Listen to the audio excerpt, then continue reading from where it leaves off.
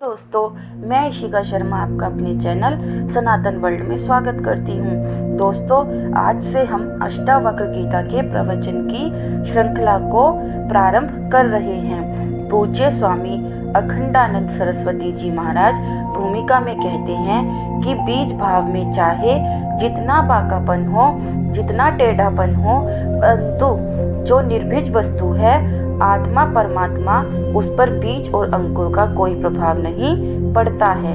बीज को अष्टि बोलते हैं, वह जिसमें हो उसको अष्ट बोलते हैं, और बीज भाव से जो अवक्र हो, माने कार्य कारण भाव से आपन ना हो, उस परमात्मा को ही अष्टावक्र बोलते हैं। तो दोस्तों, यह तो था अष्टावक्र का अर्थ। अब बात करते हैं अष्टावक्र गीता के बारे में। अष्टावक्र गीता में अद्वैत ज्ञान का निरूपण भी है, मुक्ति के चरणबद्ध उपाय भी हैं और एक ब्रह्म ज्ञानी की बात भी है। राजा जनक एक काबिल शासक है जो सभी प्रकार से संपन्न और प्रसन्न है, पर फिर भी एक आंतरिक अपूर्णता सताती है। इसलिए समाधान के लिए ऋषि अष्टावक्र के पास जाते हैं, जिनकी उम्र मात्र 11 वर्ष है। तो चलिए दोस्तों, अष्टावक्र गीता के पहले अध्याय के सफर पर चलते हैं। संसार से आसक्ति ही दुख है।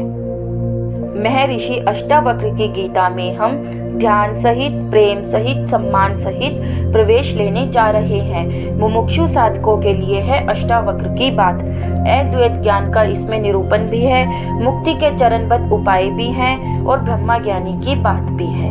विशुद्ध वेदांत की एक सशक्त अभिव्यक्ति और शुद्धतम प्रतिनिधि है यह।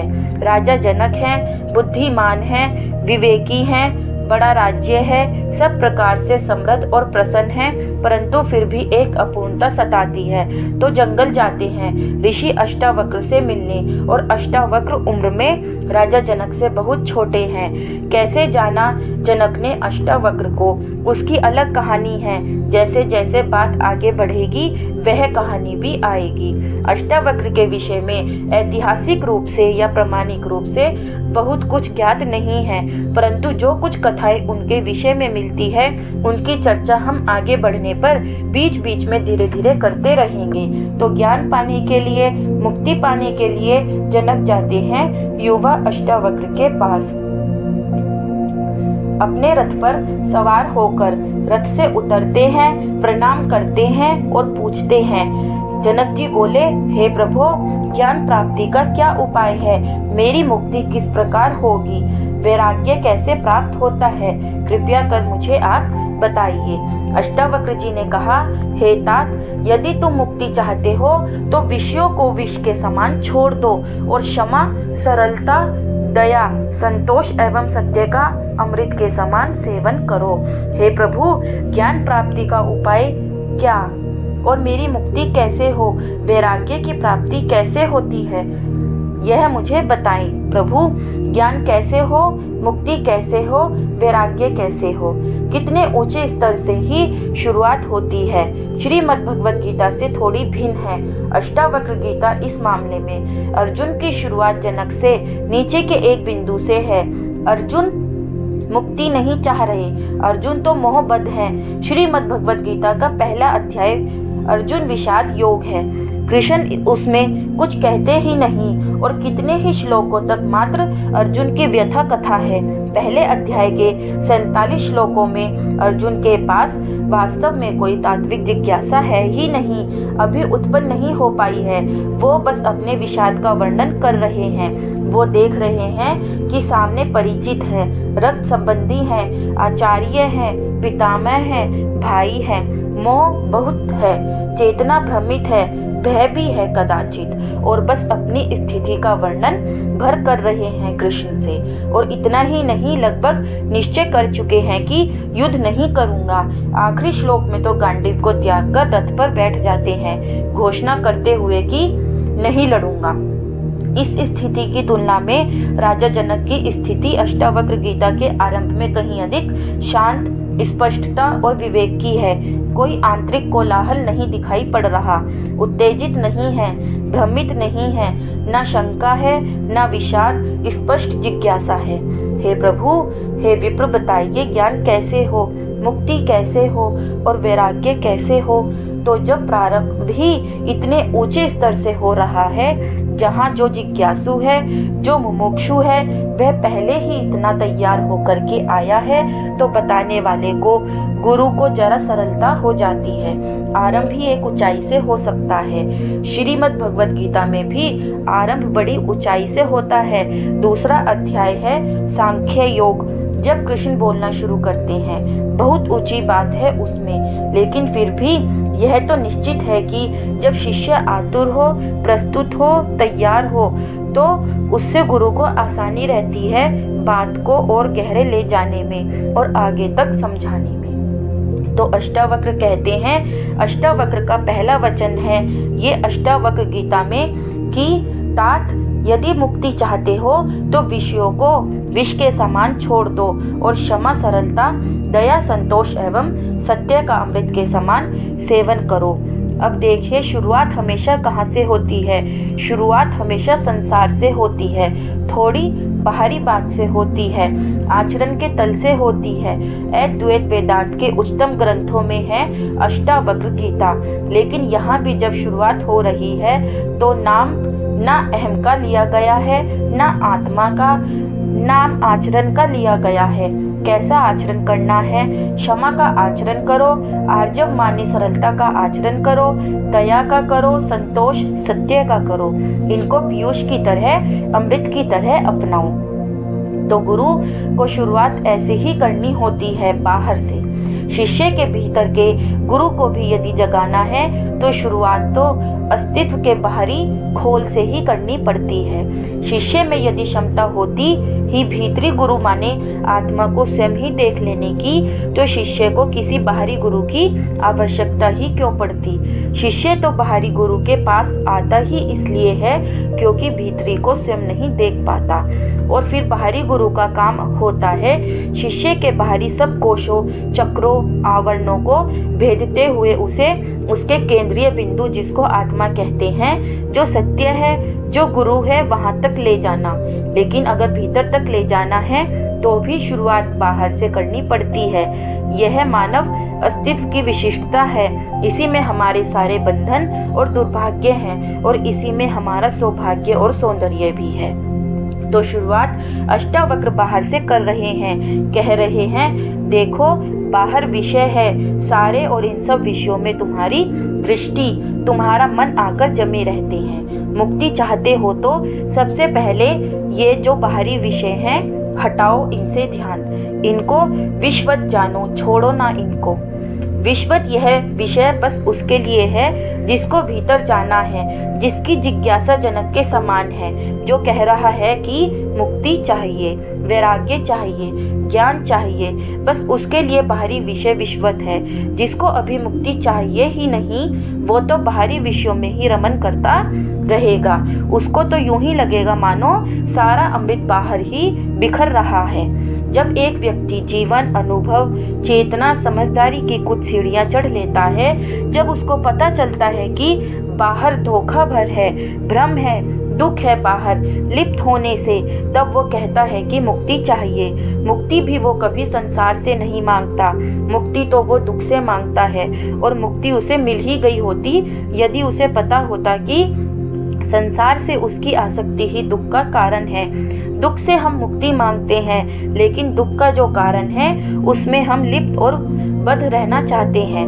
ध्यान दीजिएगा, दुख से हम मुक्ति मांगते हैं, दुख के कारण से हम बंधे रहना चाहते हैं। तो दुख हटाना है। दुख का कारण क्या है? दुख का कारण है संसार से लिप्त हो जाना, भोग की इच्छा में। तो संसार भी फिर कारण कहाँ हुआ? संसार से भी गहरा, संसार के पीछे भी कोई और कारण है। वो क्या कारण है? वो कारण है संसारी, वो कारण है वो भोगी जो भोग की लालसा रखता है। तो दुख का अनुभव हो जाता है आसानी से, इतनी भी आसानी से नहीं कि सबको हो जाए। जो सबसे निचले तल के लोग होते हैं उन्हें तो दुख का अनुभव भी नहीं होता, वो तो मस्त मौज में पड़े रहते हैं, उन्हें कोई दुख नहीं होता। सुखिया सब संसार है खाए अरु सोवे, दुखिया दास कबीर है जागू अरु रोवे।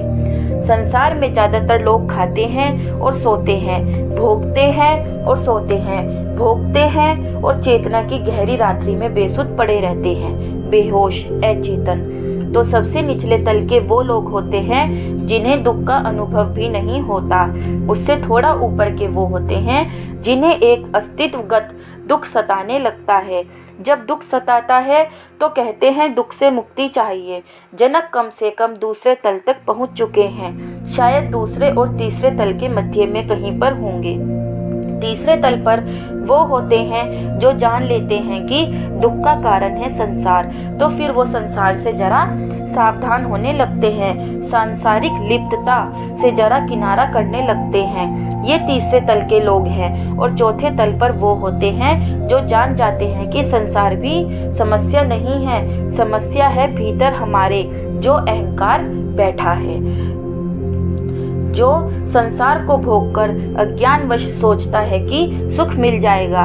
तो चौथे तल का वह व्यक्ति है जो फिर संसार से भी किनारा नहीं करता, जो जान जाता है कि मूल कारण अहंकार है। और फिर चौथे तल के बाद क्या है? उसके बाद फिर खुला आकाश है, मुक्ति है।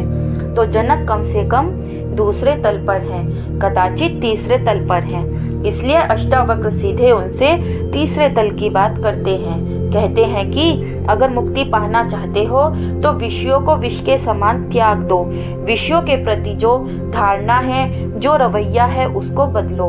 विषयों से सुख नहीं मिलता, यह बात कम से कम कुछ सीमा तक जनक निश्चित रूप से पहले ही स्वयं ही अपने अनुभव से जानते रहे होंगे। ना जानते होते तो अष्टावक्र के पास आते ही नहीं। आगे कहते हैं कि क्षमा, सरलता, दया, संतोष और सत्य का पीयूष समान पान करो। अब ये बातें क्यों कही हैं? इसलिए क्योंकि जब संसार से लिप्तता होती है, जब विषयों को त्यागना मुश्किल होता है, तो क्षमा संभव नहीं हो पाती। क्षमा का क्या अर्थ होता है? क्षमा का अर्थ होता है भूल जाना कि तुम्हें चोट लगी है। क्षमा का अर्थ होता है चोटिल ही ना हो पाना। क्षमा का अर्थ होता है भीतर कुछ ऐसा रखना जो किसी सांसारिक नुकसान को बहुत महत्व ना दे। अगर आपको जो नुकसान हुआ है आप उसको बहुत महत्व दे रहे हैं तो आप क्षमा नहीं कर पाएंगे। आप फिर क्षमा का प्रपंच कर सकते हैं, क्षमा जैसा नाटक कर सकते हैं, पर आप क्षमा नहीं कर सकते। क्षमा वास्तव में तो तभी संभव है जब जो चोट लगी है वह चोट ही गुम हो जाए, जब दर्द ही ना हो। तो फिर दर्द के लिए किसी को हानि पहुंचाने की बात कहाँ बची? किसी ने आकर आपका कुछ अहित कर दिया, आपका अहित हुआ ही नहीं तो आप बदला क्यों लेना चाहेंगे? आप भीतर द्वेष क्यों रखेंगे? जब द्वेष ही नहीं रहा तो फिर क्षमा की क्या बात? तो क्षमा संभव तभी है जब आपका अहित ही ना हो। और अहित सिर्फ तब तक नहीं होगा जब संसार से इतनी आसक्ति हो ही ना कि कोई सांसारिक नुकसान आपको बहुत बड़ा लगने लगे। जिसके लिए संसार बहुत बड़ी चीज है, ध्यान दीजिएगा, वह व्यक्ति कभी भी क्षमा करने का पात्र नहीं बन पाएगा। क्षमा कर पाने के लिए एक आध्यात्मिक मन चाहिए। क्षमा कोई नैतिक गुण नहीं होता। जितनी भी ऊंची बातें हो सकती हैं अस्तित्व में, जीवन के जो उच्चतम लक्षण हो सकते हैं, वो सब आध्यात्मिक ही होते हैं। हाँ, नैतिकता उनका एक अनुसरण सा कर लेती है, पर वो कागज के फूल होते हैं, उनमें कभी वो बात नहीं आ पाती। आप आचरण और नैतिकता के तल पर किसी बच्चे को समझा दे कि क्षमा अच्छी बात है, माफ कर दिया करो, टू फॉरगिव इज डिवाइन। ये सब बातें आप उसको सिखा सकते हैं कि इनको आचरण में उतार लो, और वो उतार लेगा तो निश्चित ही उसे कुछ लाभ भी होगा, पर वो कागज के फूल जैसा ही लाभ होगा, थोड़ा बहुत लाभ, सतही लाभ। वास्तविक क्षमा तो तभी संभव है जब कोई आए आपसे, मान लीजिए माफ़ी भी मांगने की, मुझे माफ़ करिएगा भाई, मैंने आपका बहुत बड़ा नुकसान कर दिया। और आपका नुकसान हुआ कहाँ?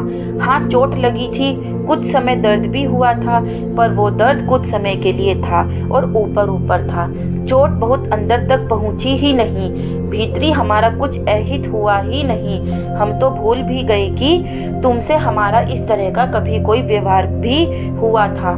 क्षमा कैसी?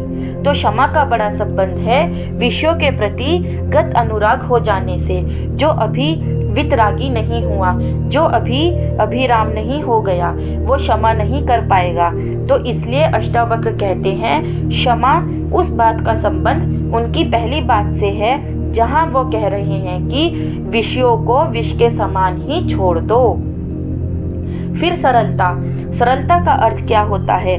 सरलता का अर्थ होता है जो चीज़ चाहिए उसकी ओर सीधे बढ़ना, सीधे जानना कि तुम कौन हो, तुम्हें क्या चाहिए, और जो चाहिए उसकी ओर सीधे बढ़ना। टेढ़ा मेढ़ा ना हो जाने को सरलता कहते हैं, जटिल ना हो जाने को सरलता कहते हैं। और जटिलता का क्या अर्थ होता है? परिभाषा ही यही है जटिलता की कि जो चाहिए वो हो सीधे सामने समक्ष और आप उसकी ओर बढ़े एकदम गोलमोल जलेबी नुमा तरीके से, उसको कहते हैं जटिलता। उलझ जाने को कहते हैं जटिलता। जैसे ऊन का एक गोला हो और गोला है छोटा सा, पर जब वह उलझ जाए तो देखा है ना कैसे हो जाता है, उसे कहते हैं जटिलता। चीज सीधी है, सरल है, लेकिन उसमें उलझाव पैदा हो गया है, उसको कहते हैं जटिलता। तो सरलता का मतलब होता है ऐसा चित्त जिसको जो चाहिए उसको सीधे मांगता है, बिना माध्यम के। माध्यम जितना बढ़ता जाएगा, जान लीजिए कि जटिलता उतनी बढ़ती जाएगी।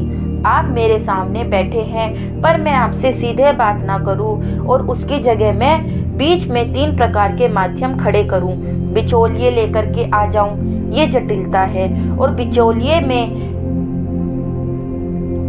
बिचौलिए मैं क्यों लेकर के आ रहा हूँ? कोई भी वजह हो सकती है। डर एक वजह हो सकती है, मुझे अपना सम्मान बचाना है, ये वजह हो सकती है। मुझे अपने बल का प्रदर्शन करना है, यह वजह हो सकती है। कोई भी कारण हो सकता है। जटिलता के 100 कारण होते हैं, सरलता का कोई कारण नहीं होता। सरलता का कारण बस स्पष्टता होती है। आपसे बात करनी है, सीधे आपसे बात कर ली। तो जटिल क्यों होता है संसारी आदमी? विषयासक्त आदमी जटिल क्यों होता है?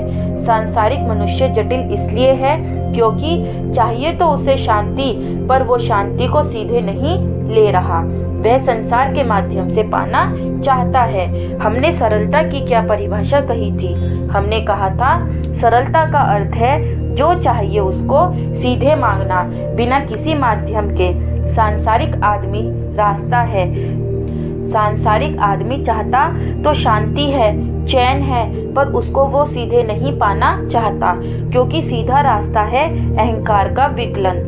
तो वो कहता है सीधे रास्ते से नहीं लूँगा, सीधा रास्ता चुभता है। सीधे रास्ते को लेकर भ्रम है, संशय है, तो कहता है संसार के माध्यम से शांति पा लूँगा, संसार के माध्यम से चैन पा लूँगा।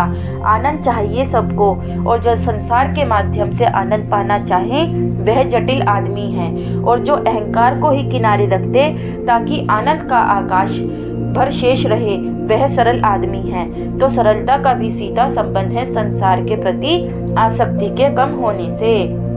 जो संसार का जितना कम अर्नगल उपयोग करेगा वह उतना सरल आदमी हो गया, और जो संसार का जितना नाहक उपयोग करेगा, जो संसार को जितना ज़्यादा साधन की तरह, माध्यम की तरह उपयुक्त करेगा, वो उतना जटिल आदमी हुआ।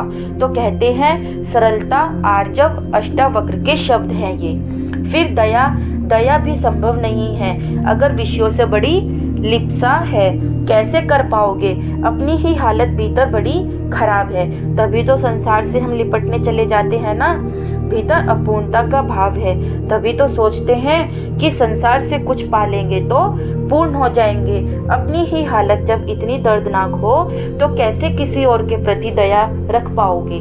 दूसरों के प्रति दया रख पाओ, इसके लिए पहले आवश्यक है कि स्वयं को लेकर के एक निश्चिंतता का भाव रहे। भीतर जब आंतरिक स्वास्थ्य होता है तो फिर व्यक्ति बाहर किसी और की देखभाल कर सकता है। और यदि व्यक्ति भीतर से स्वयं ही रोगी हो, बीमार हो, तो वो क्या किसी और के स्वास्थ्य की खबर लेगा, किसी और की क्या देखभाल करेगा। दया दिखा पाओ दुनिया के लिए, इसके लिए जरूरी है कि भीतर अपनी हालत दयनीय ना हो। तो उसका भी जो संबंध है वह संसार से स्वस्थ रिश्ता रखने को ही लेकर के है। पहली बात बोली है अष्टावक्र ने कि विषयों को विष समय त्याग दो। पहली बात बोली है अष्टावक्र ने कि विषयों को विष सम त्याग दो। वास्तव में उसी बात को वो और विस्तार से कह रहे हैं जब कहते हैं कि क्षमा, आर्जव, दया, संतोष और सत्य का तुम सेवन करो। वह पहली ही बात को दूसरी बात में और विस्तृत करके बता रहे हैं। संतोष, कैसे तुम संतोष रख पाओगे इस जगत के प्रति जब भीतर लगातार एक खो है, एक गुफा है जो अपना काला मुंह खोले खड़ी हुई है। भीतर एक बहुत बड़ा गड्ढा है, एक भयानक रिक्तता है जो हर समय पुकार रही है, मुझे भरो, मुझे भरो, मुझे और चाहिए। और जो और चाहिए वो कहाँ से मिलेगा, क्योंकि इंद्रियां तो सारी बाहर को देखती हैं दुनिया की ओर। तो जो चाहिए आपको वो आपको संसार से ही मिलेगा। तो आप फिर लगातार संसार के ग्राहक बने रहते हो, संसार के प्रार्थी बने रहते हो। कुछ दे दो, कुछ दे दो। भीतर बड़ा गड्ढा है, उसको भरना है और वो भरता ही नहीं है तो दर्द होता है, जैसे कोई गहरा घाव हो, जैसे शरीर में कहीं कोई गड्ढा हो गया हो। दर्द करेगा ना बहुत, और अगर सीधे दिल में ही गड्ढा हो गया हो तो कितना दर्द करेगा। तो चूंकि हमारे मन में एक बहुत बड़ा सुराख होता है, इसलिए हम कभी संतोष नहीं रख पाते। आप ज़्यादातर लोगों को पाते हो ना कि उनमें संतोष जैसा कुछ नहीं। उन्हें कितना भी मिल जाए, उन्हें अभी और चाहिए, और की रटन लगी रहती है। वो इसलिए लगी रहती है क्योंकि अहंकार बड़ा प्रबल है, और अहंकार का मतलब ही होता है बेचैनी, दर्द, अपूर्णता, कुछ कमी है, कुछ कमी है, और चाहिए, और चाहिए। तो संतोष भी आप तभी दिखा पाओगे जब संसार को लेकर के भीतर एक आशा नहीं बनी रहेगी कि दुनिया से कुछ मिल जाएगा और उससे हमारी बेचैनी और चिंता और दारुण दुख है वो मिटेगा। इसी तरह फिर सत्य का सेवन करो। और संसार क्या है? असत्य। सत्य की परिभाषा क्या है? जो टिके जरा, जो धोखा ना दे, जो पल बीतते ही अपना रंग ना बदले। जैसे ही व्यक्ति सत्य का आग्रही हो जाता है वैसे ही संसार से पीछे हटने लगता है, क्योंकि संसार में कुछ है ही नहीं जो टिकता है। एक बार आपने कह दिया मुझे तो वो है चाहिए चीज़ जो टिके, मुझे वह चीज़ चाहिए जिस पर जरा भरोसा करें, जिस पर अपनी आस्था को टिका सके थोड़ा, तो फिर दुनिया से आप कदम पीछे खींचने लगते हो, क्योंकि दुनिया में ऐसा कुछ नहीं है जो टिकेगा। दुनिया में ऐसा कुछ भी नहीं है जो वैसा ही हो जैसा दिखता है, और कुछ ऐसा नहीं है जो जैसा अभी दिखता है अगले पल बदल ना जाए। फिर जिन्हें सत्य चाहिए वो स्वयं ही अंतर्मुखी हो जाते हैं, विवश होकर अंतर्मुखी हो जाते हैं। दुनिया में तो कुछ मिल ही नहीं रहा जो वैसा ही हो जैसा इंद्रियों से प्रतीत होता है। मन जिसका जैसा आंकलन करता है, जैसी विवेचना करता है, वैसी तो कोई वस्तु निकलती ही नहीं। पता नहीं कोई वस्तु सत्य है या नहीं, पता नहीं कोई वस्तु चीज जैसी होती भी है या नहीं, क्योंकि वस्तुतः माने सचमुच तो कुछ है ही नहीं। तो कैसे हम कह दें कि जगत में वस्तुएं हैं भी, या वस्तुतः कुछ नहीं। तो यहाँ वस्तुतः कुछ नहीं तो वस्तुएं कहाँ से आ गई? तो सारी बातों का संबंध संसार से है, और संसार से बात इसलिए शुरू करनी पड़ रही है क्योंकि राजा है सामने, और राजा तो महासंसारी होता है। राजा का तो काम ही है लगातार राज्य को संभालना, प्रजा को देखना, शत्रुओं से रक्षा करके रखना, खजाने की खबर लेते रहना। तो अष्टावक्र भली भांति जानते हैं कि किससे बात कर रहे हैं। तो सारी बातों का संबंध संसार से है। गुरु के लिए बहुत आवश्यक होता है शिष्य की पृष्ठभूमि जानना और उस पृष्ठभूमि के अनुरूप कोई प्रासंगिक बात करना। संदर्भ ना पता हो तो आप जो भी बात बोलेंगे वो बात बड़ी आधारहीन हो जाती है, उस बात का कोई औचित्य नहीं रह जाता। जैसे कि आप मछली को बोलें कि मुझसे मिलने के लिए पेड़ के ऊपर आ जाना, भले ही आपकी नियत अच्छी हो, भले ही आपका ठिकाना पेड़ के ऊपर हो, भले ही पेड़ के ऊपर आपने मछली के लिए कुछ उपहार रखे हों या दवाई रखी हो या अच्छा भोजन रखा हो, लेकिन आप उसे बोल रहे हैं ऊपर आ जाओ पेड़ के, वहाँ पर तुम्हारे स्वागत का प्रबंध है, तो फिर आप जानते ही नहीं कि आप किससे बात कर रहे हैं। शिष्य कौन है पता होना चाहिए, गुरु को पता होना चाहिए किससे बात कर रहे हैं। तो अष्टावक्र को पता है कि एक संसारी राजा से बात हो रही है, यह भी पता है कि अगर वो राजा आज मुक्ति की बात कर रहा है तो बंधन कहाँ पर है, उसके बंधन संसार में हैं। इसलिए जो पहली ही बात कहते हैं अष्टावक्र, वो एकदम सारगर्भित है और संदर्भ सहित एकदम प्रासंगिक बात कही है। आगे की बात अब कल करते हैं। दोस्तों, अगर आपको यह वीडियो अच्छी लगी हो तो वीडियो को लाइक और चैनल को सब्सक्राइब करें।